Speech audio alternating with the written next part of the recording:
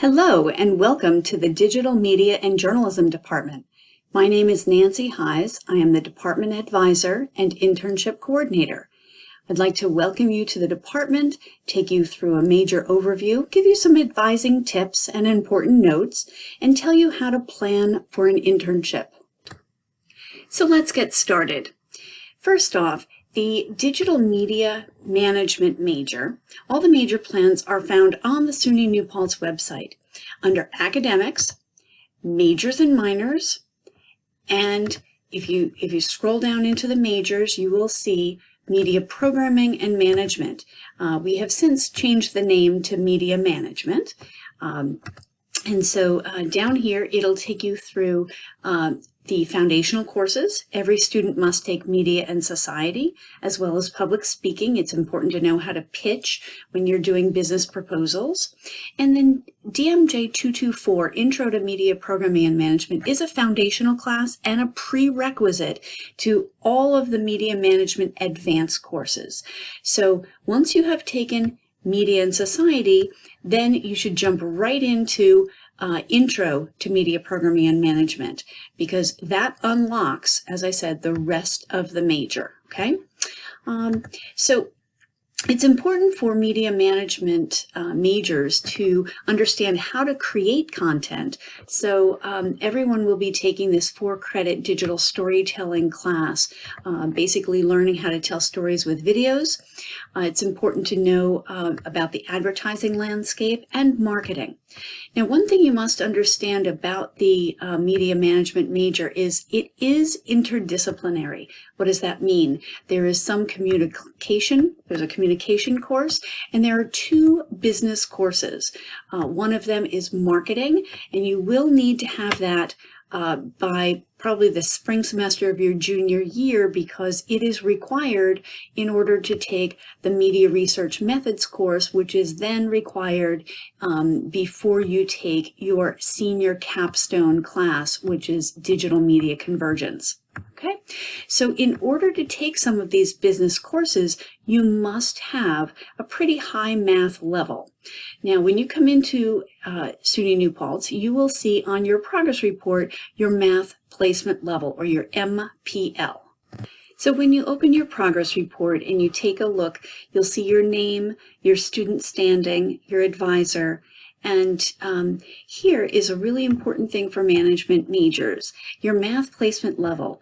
To take any business classes, you're going to need a math placement level of 4. And as I mentioned in the, for the Business 325, the marketing class, you're going to need to take that because it is a requirement for 2 other classes in the major.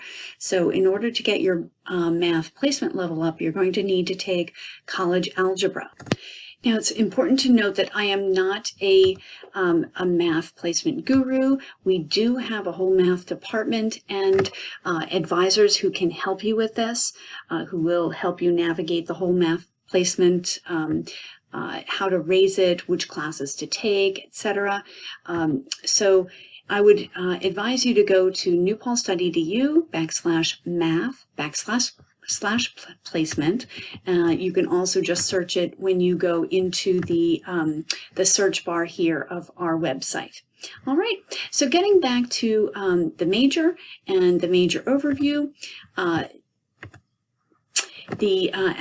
as I said, the math placement is important. 224 is a prerequisite for intermediate and advanced classes. Now, notice that there's a media theory, criticism, and practice requirement on the major. So you will have a choice of elective classes, and within them there is 1 media theory, studies, and practice class that you must take, 1 media production class, and 1 business practice class. Okay, so of these electives, there's a way to really maximize and do like double, triple duty by taking a class that fulfills multiple requirements in your for your graduation. So DMJ, we have a class in our department called Aesthetics and Criticism of TV and Web Video. It happens to fulfill the media theory class in your media management major. It is also writing intensive, which is a college-wide requirement. It is upper division, 300 level, right? It is also liberal arts, and in case you need a GE Humanities class, it also happens to fulfill the GE Humanities requirement. So here's a class that has a lot going for it, and you can fulfill multiple requirements all within one class. There's another option as well that is writing intensive and upper division and liberal arts, and is, fits the bill, and that is called Impacts of TV and Digital Culture. So those are just some tips to maximizing, having one course do multiple things for you. Now, when you talk about the media production requirement, some students already come in having taken advanced video editing or other production type classes. That's fine, but if you haven't, we have a few options as well. Photojournalism is offered every single semester. It has no prerequisites. TV studio production is offered, but it does have a prerequisite of writing for digital media, and you must also get permission of instructor because TV studio is really for digital media production majors. But it is on your major plan, so we will allow it. And for those students who really have no interest in taking a TV studio or an editing class, that's fine. If you find another production class that interests you, audio production or what have you, we can make substitutions. All right, so that's basically an overview of the media management majors. Internships are required. You will need to do 3 credits of internship. And if you have any questions about the major, please work with your advisor. Okay, let's move right along. Now let's move on to some advising tips. So it's really important to get to know your major advisor early in the semester.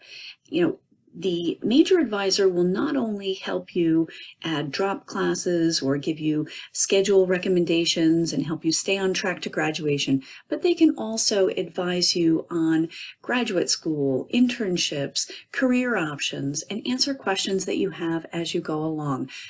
So please get to know them, build a nice rapport with them. We are going to be having orientation advisors when you first come in, but that may not be the person that will be assigned as your permanent major advisor. Okay, so while the person that helps you make your schedule this first semester, you may, like them, it's possible that they will not be your major advisor going forward. So, of course, if you have any issues with your major advisor, please come see me, Nancy Highs, and I can help you make a switch if you so choose. Now also, the academic calendar is a really important resource for you.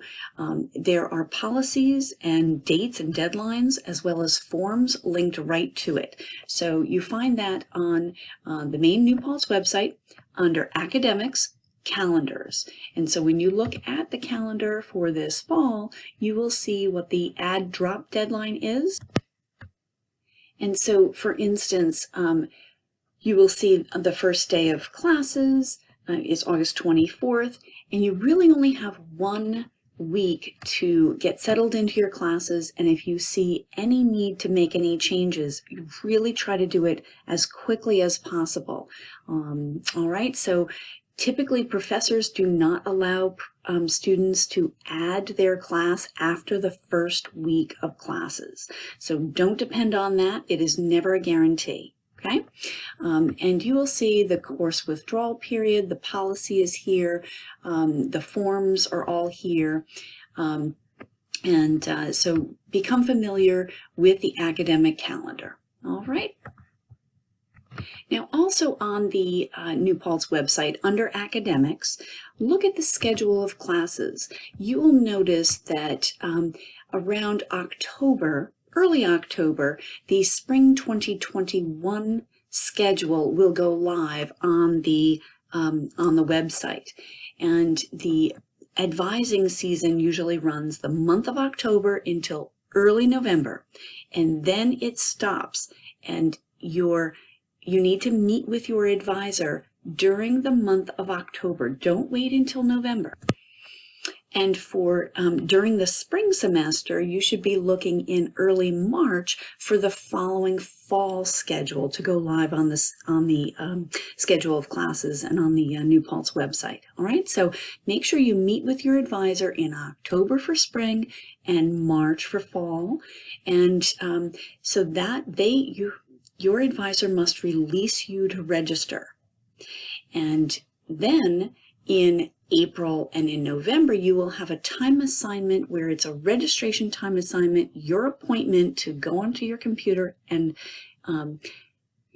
empty your cart of all the courses that you've preloaded into My Schedule Planner. All right. But that happens after your advising session, right? The other thing that is very important, use your Hawkmail, not your personal email address, for all school business. This ensures your privacy, and it's the only way that the college can verify that you are the one communicating with us. All right? Please also include your banner number. It begins with the letter N on all your emails about advising, registration schedules, anything. Always include your banner number. Okay? The DMJ department has a blog. It's a news site called DMJ News, and we invite you to subscribe to updates where you will see information about internships and new courses, plus advising. So take a look. You can subscribe to updates. There are videos here that explain how to use My Schedule Planner, how to what the steps are to get internship credits, where to look for an internship, etc. Okay, so take a look at DMJ News and subscribe to updates. So let's look at internships. Now, internships are mandatory for all production, management, journalism majors, and journalism minors. So the process is that students must get certified eligible to do an internship at least one semester before they start looking for a placement. Okay, so the reason for this is we need students to have taken enough classes in their major and enough classes at New Paltz so that they know that they feel comfortable representing our department and our school in the work world, and that our college and department feels comfortable sending you out to represent us into the professional work environment. And so therefore you need to have 18 credits in your major. You need to be here at least 2 semesters full time, right? So 30 credits at New Paltz, for a total of 60 credits, so you've got to be a junior at least, and your GPA must be at least 2.5.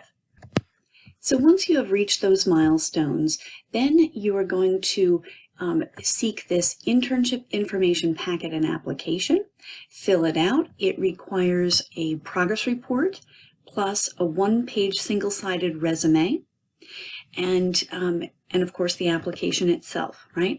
So that packet is here. It's found on our DMJ News blog, which is hawksites.newpaltz.edu/DMJ News. It's under the internship link. You will also be reminded of this by your advisor. We're going to be sending out mass emails to remind students that they, when they become eligible to do an internship, that they have to seek this eligibility certification first. And then once you get the congratulations email, then you start looking. And we offer students a lot of help. We have an Instagram, we have a Facebook page, we have a prior placement list. The college hosts a career fair every March and October, and once you have found a placement, and there are a lot of remote placements during this COVID pandemic, you would get the internship approved by me, the internship director. Then we will get you registered for credits. Our department registers students for credits. You don't do that yourself. And so anyway, if you have any further questions about internships, once you're eligible, like I said, if you're transferring in and you're taking 15 credits or so in the fall and 15 credits in the spring, you will be eligible, as long as your GPA is 2.5, to do an internship next summer. Okay, so put that on your radar for March to submit an application. So let's just do a quick recap. It's really important to become part of the New Paltz community. Let us get to know you, get to know your advisor, join extracurricular activities. There's the Media and Journalism Society, the award-winning New Paltz Oracle publication, and its related Teller Literary Magazine. We have a radio station, a phenomenal TV station. So we really have a lot of opportunities for our students to get involved and to practice these skills that you're learning in classes. So thanks again, and we look forward to meeting you.